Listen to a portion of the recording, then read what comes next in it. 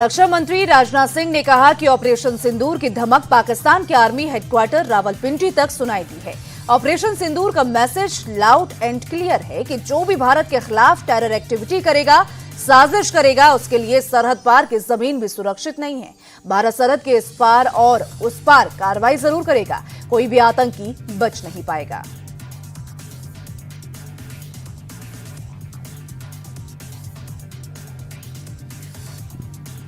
कई परिवारों के सिंदूर मिटाए थे, उन्हें भारतीय सेना ने ऑपरेशन सिंदूर के माध्यम से इंसाफ दिलाने का काम किया है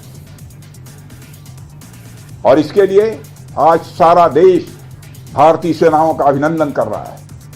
ऑपरेशन सिंदूर सिर्फ एक सैन्य कार्रवाई भर नहीं है, बल्कि भारत की राजनैतिक, सामाजिक और सामरिक इच्छा शक्ति का प्रतीक है। ब्रह्मोस का इंटीग्रेशन और टेस्टिंग सेंटर यूपी के डिफेंस कॉरिडोर का हिस्सा है। कॉरिडोर के लखनऊ नोड में ब्रह्मोस का ये प्रोडक्शन और टेस्टिंग यूनिट 300 करोड़ की लागत से तैयार किया गया है। इस प्रोजेक्ट को रिकॉर्ड 3.5 सालों में पूरा किया गया। इस यूनिट के उद्घाटन कार्यक्रम में यूपी के मुख्यमंत्री योगी आदित्यनाथ भी मौजूद थे। ब्रह्मोस की तारीफ करते हुए योगी आदित्यनाथ ने पाकिस्तान की चुटकी दी।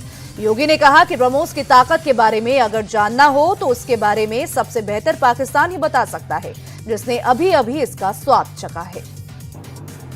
ब्रह्मोस मिसाइल क्या होती है, अभी आपने ऑपरेशन सिंदूर के अंदर इस मिसाइल के पराक्रम की एक झलक देखी होगी, और नहीं देखी होगी तो कम से कम पाकिस्तान वालों से पूछ लेना चाहिए कि ब्रह्मोस मिसाइल की ताकत क्या है।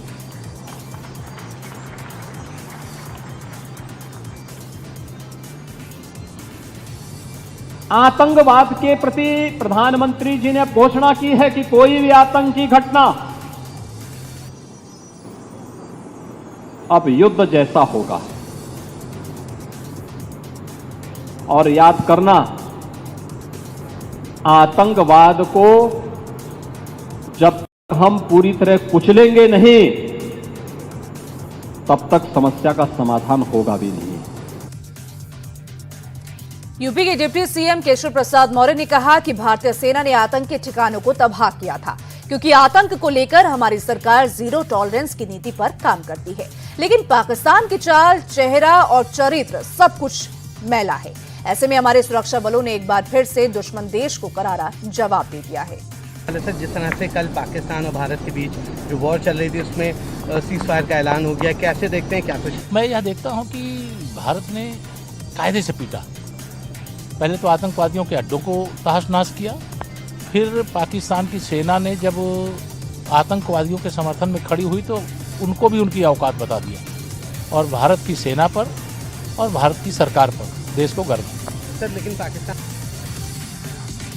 बीजेपी सांसद मनोज तिवारी ने साफ कहा कि ऑपरेशन सिंदूर पाकिस्तान नहीं बल्कि आतंकवादियों के खिलाफ था।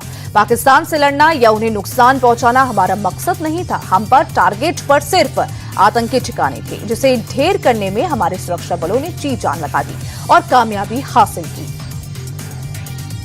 सीज फायर का भारत ने भी स्वागत किया, हमने भी माना, और हमने मानते हुए भी ये जरूर कहा कि हम अभी अगले कुछ घंटे तक इंतजार करेंगे, क्योंकि वो कहते हैं ना कि वो दूध का जला छाछ भी फूक फूक करके पीता है। तो पाकिस्तान के साथ भारत के जो पीछे के अनुभव है, उस पे पाकिस्तान पे विश्वास करना सहसा बहुत मुश्किल होता है। सीज फायर पाकिस्तान के तरफ से बात की गई, भारत ने स्वीकार किया। फिर भी याद रहे कि हम लोगों ने इस पूरे ऑपरेशन सिंदूर में हमें आतंकवादी ठिकानों को ध्वस्त करना था, वो हमने किया। इधर बीजेपी नेता रविंद्र रैना ने पाकिस्तान की सेना को ही कायर बता दिया है। इस दौरान उन्होंने कहा कि एक की तरफ भारत है जिसने सिर्फ आतंकवादी अड्डों को निशाना बनाया, तो वहीं दूसरी तरफ कायरों का मुल्क पाकिस्तान है जिसने निहत्थे लोगों पर वार किया। ऐसे में पाकिस्तान की असलियत अब दुनिया के सामने आ चुकी है। जो शहरी क्षेत्र हैं उन्हें टारगेट किया गया है। ये सारा एलओसी का एरिया है, जो नौशहरा से लेके राजौरी तक, पुंछ तक, और इस तमाम एलओसी में पाकिस्तान के बुज़दिल और कायर आर्मी ने हिंदुस्तान के आम नागरिकों को निशाना बनाया है।